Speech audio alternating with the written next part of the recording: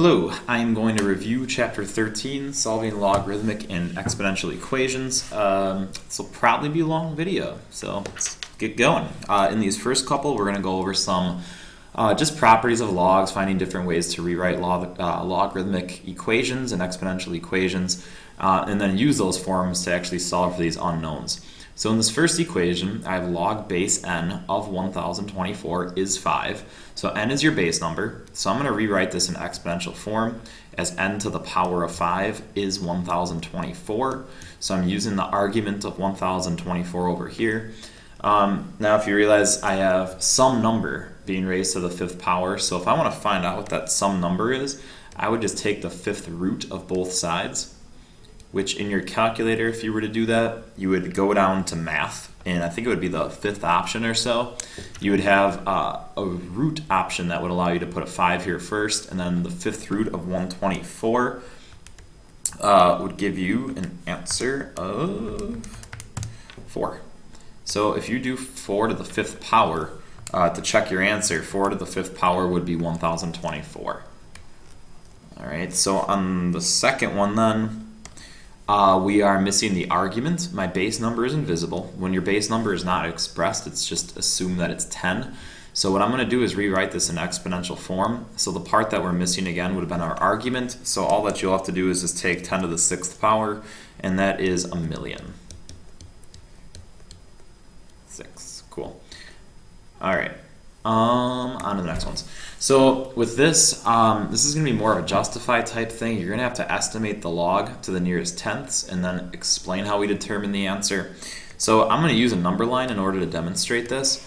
So what I'm going to do is assume that I'm going to take this logarithm and set it equal to some number. So what I'm going to do is rewrite this entire equation now in exponential form. So what we're really trying to guess here is what the exponent is going to be.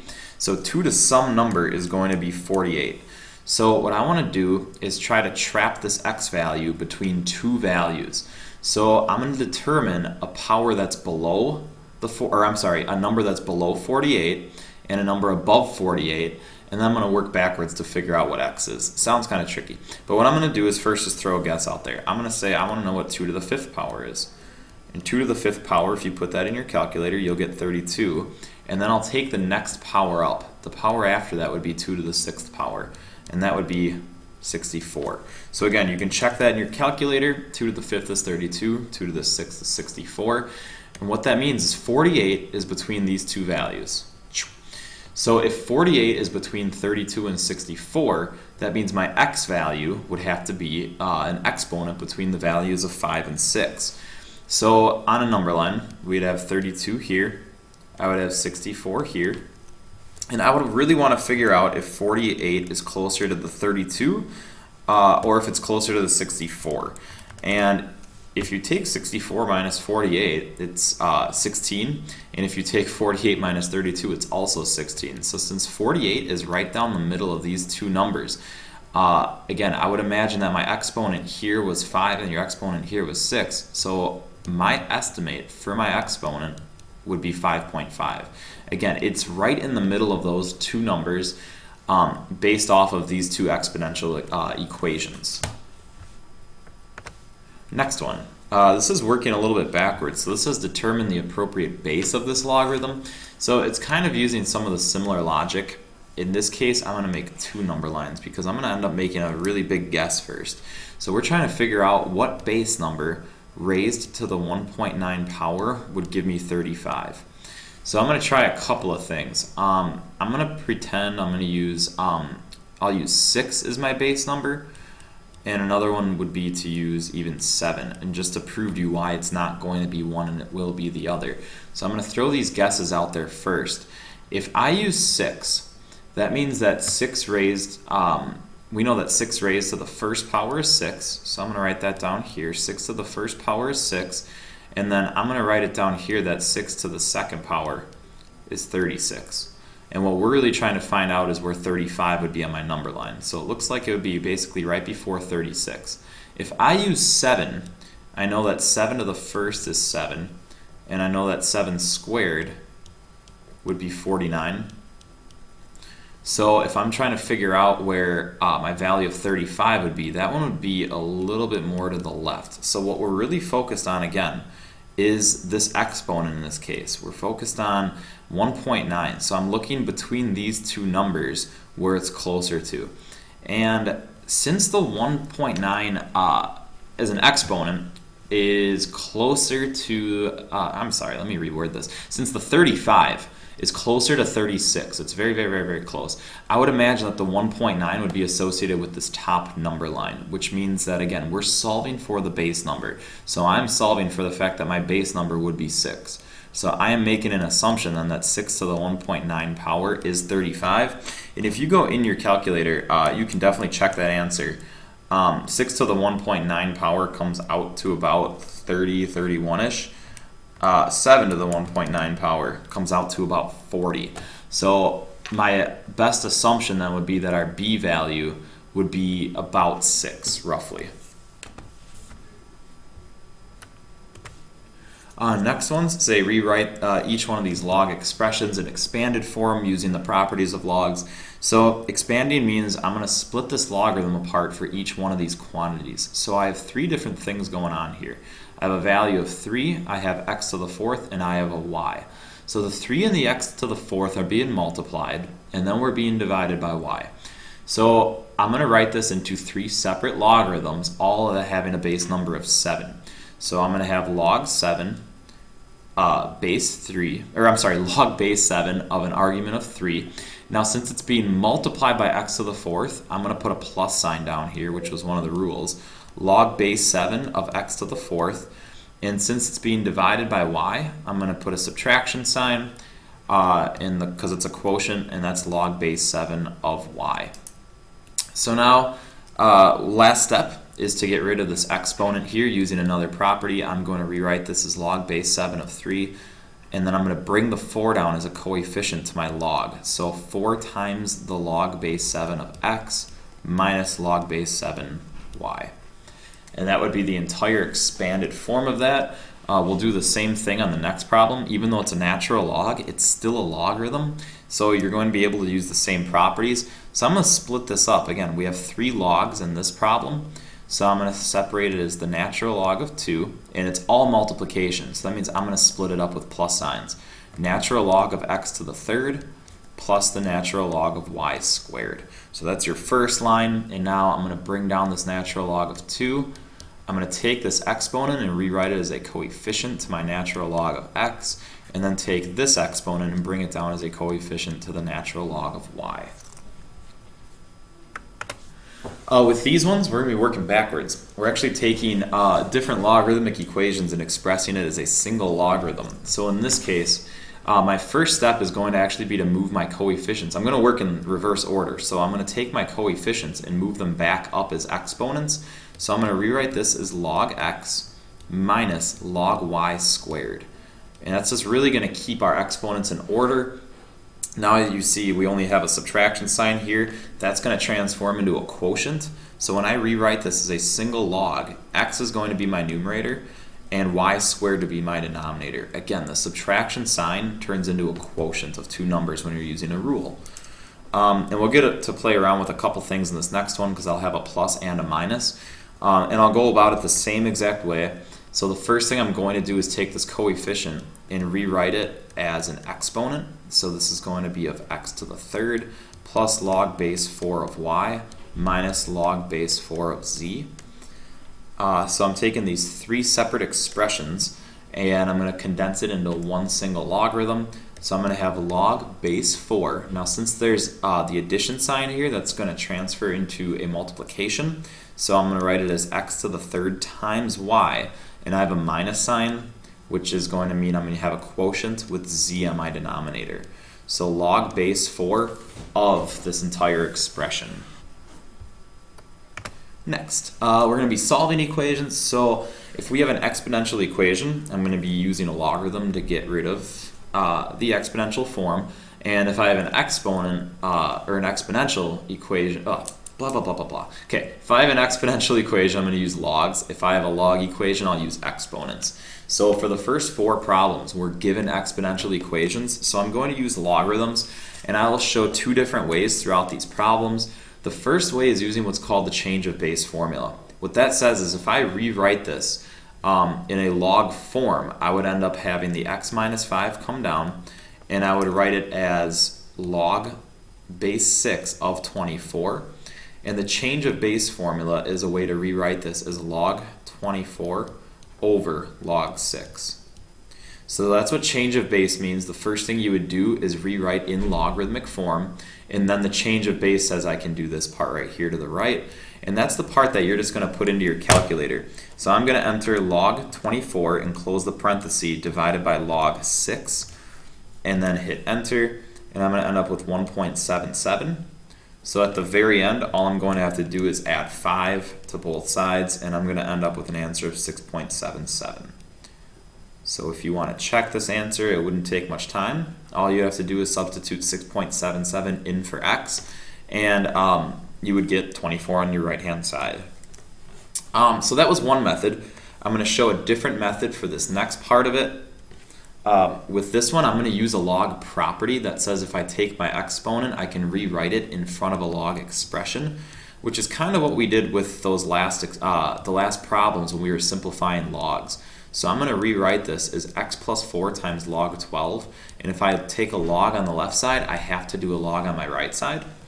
And now you would solve this just like an equation. I'm going to try to get x by itself, so I'm going to divide both sides by log 12. And what you'll notice is it seems like I just did a little bit more work, but I really could have just also used that change of base formula, because you'll end up with the same thing on the right hand side. I'm going to have to take my log 65 divided by log 12, and I end up with 1.68. And now I'm going to take the 1.68 and just subtract 4. So I get an x value of negative 2.32 as an answer.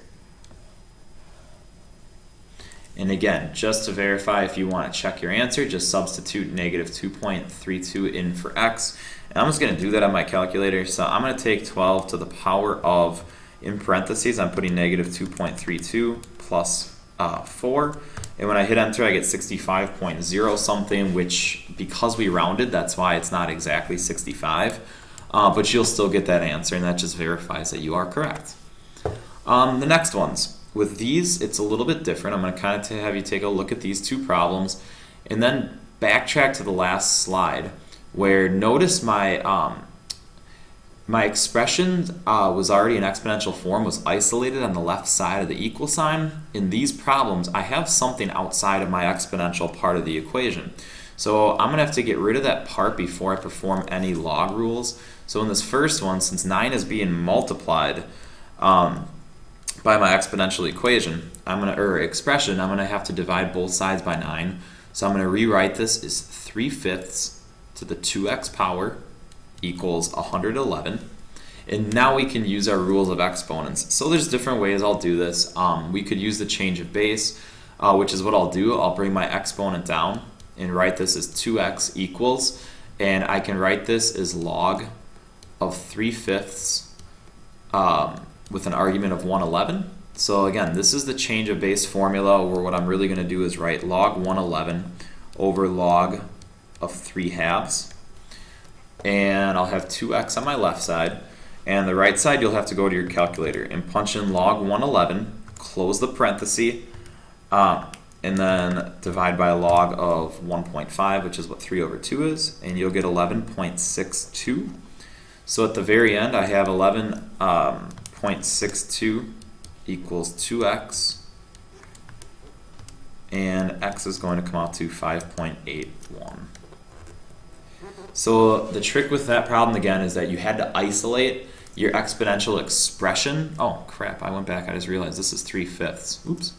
I'm just going to fix this. I'm not going to go through all the editing trouble in this video. Blah, blah, blah, blah, blah, blah, blah, blah, blah, blah, blah, blah. I just realized that the denominator is actually a 5. I made it a 2. My bad. Alright, so I'm going to go back and solve this literally the exact same way though, but just so you do see that I have the same answer. I'm going to do log 111 divided by log of 3/5. I thought it was a 2. Whoops. So I'm going to end up with 2x equals, so let me go to the calculator again, log 111, close parenthesis, divided by log of 3/5, and I get negative 9.22, That seems right. So now I have 2x equals negative 9.22. So all you have to do again is divide both sides by 2. And I get negative 4.61. And I saw my mistake because I was going back and rereading this problem. If you would check your answer, you would realize that you would have had a way wrong answer, or that I had a way wrong answer, because notice my answer was positive. When you substitute that back in, it would have ended up giving you an entirely different result. So just keep in mind, checking your answer really will help make sure that you do actually have the right answer. I'm going to try this in my calculator again just to make sure. So I'm going to take 3/5 to the power of 2 times negative 4.61. And then I'm going to multiply my answer by 9, and I get 999. So this answer is correct.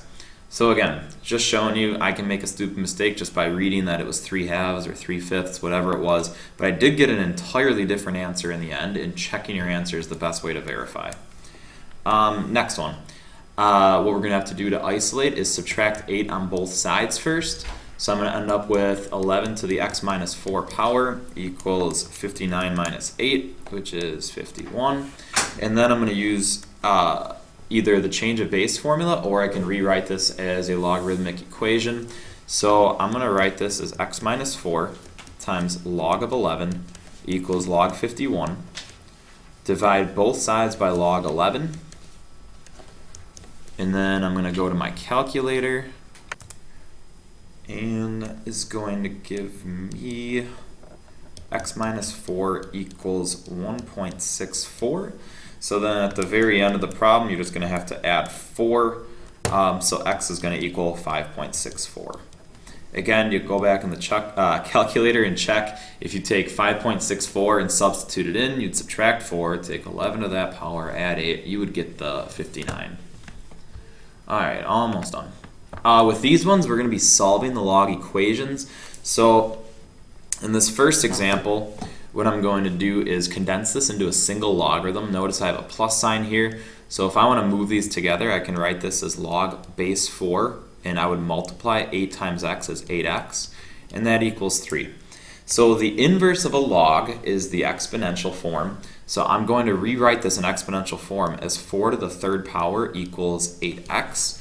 So then in your calculator, you can evaluate 4 times 4 times 4, which is 64, equals 8x. And then at the very end, you would divide both sides by 8. So x equals 64 divided by 8, which is 8.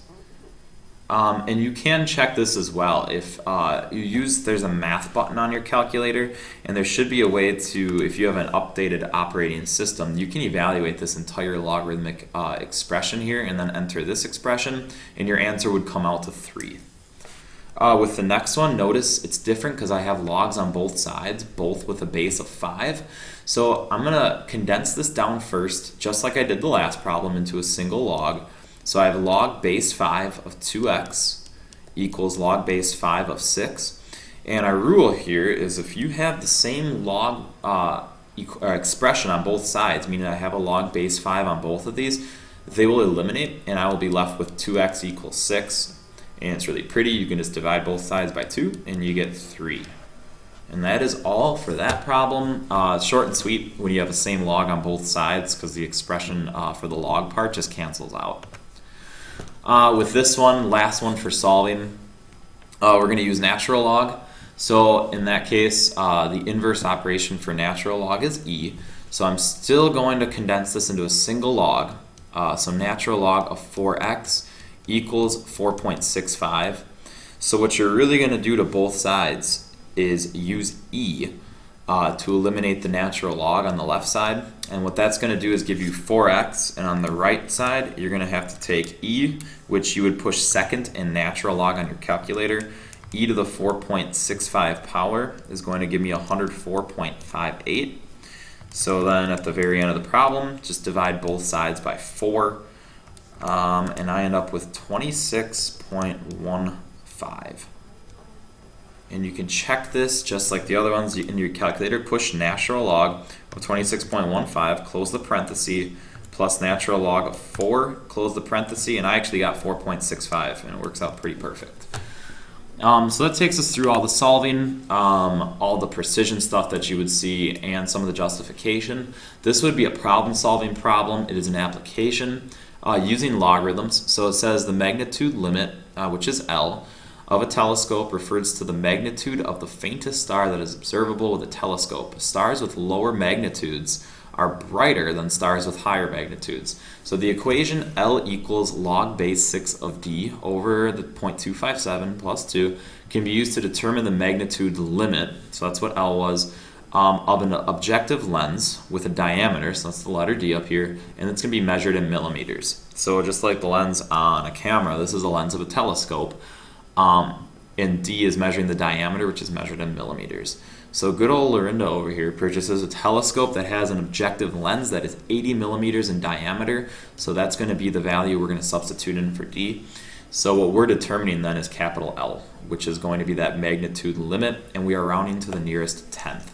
So I'm going to take L equals log base 6 of that number, which was 80, over 0.257 plus 2. And this is just a giant calculation that you can throw into your calculator. Again, you would need the newer operating system in order to use this log. I'll show you where this would be on here. Let me turn this off. Okay, so what I'm going to do to get the numerator is push math, and I'm going to scroll down until you get to this option. It says log base, and that's going to allow me to put in log base 6 of 80, and you could also just say 6 to what power would be 80. Since it's a decimal, it wouldn't be really pretty to do by hand, but you could estimate. So log base 6 of 80 is this. I'm going to divide this by 0.257, hit enter, and then I'm going to have to add 2. So rounding to the nearest tenth, my answer would be 11.5. And that is her magnitude limit. I have no idea what that is measured in. Maybe something with millimeters. That's going to be my assumption because we use that for diameter. So maybe this would be millimeters. Our answer again, though, it's just the numerical value. When she has 80 millimeter diameter, she would have 11.5 for the magnitude limit. On this next one, part B is going to be working backwards. So we'll have to write this in logarithmic form or an exponential form to solve. So after using her telescope, she realizes she should have purchased a larger one because she wants a magnitude limit of 13.5. I'm noticing that there's not a unit on this. It makes me a lot more comfortable about leaving this unitless on the last one. So determine the minimum diameter of the lens to the nearest tenth. So we're going to be working backwards for D in this case, which was the argument of this expression on top. So I'm going to be substituting the 13.5 in for L. So 13.5 equals log base 6 of D over 0.257 plus 2. So what I'm going to end up doing first is subtract 2 on both sides. So I'm going to end up with 11.5 equals log base 6 of D over 0.257. So then our next step would be to bring the 0.257 to the other side. I'm going to do that by multiplying. So I'm going to end up with 2.96 equals log base 6 of D. And then that leaves one more step at the very end, which is to write this in exponential form. 6 is my base number. So 6 to the 2.96 power is going to be our D value. So in your calculator, take 6 to the 2.96, and I end up with a diameter of 201.1 millimeters. Okay, and that takes me through everything: problem solving, precision, and justification.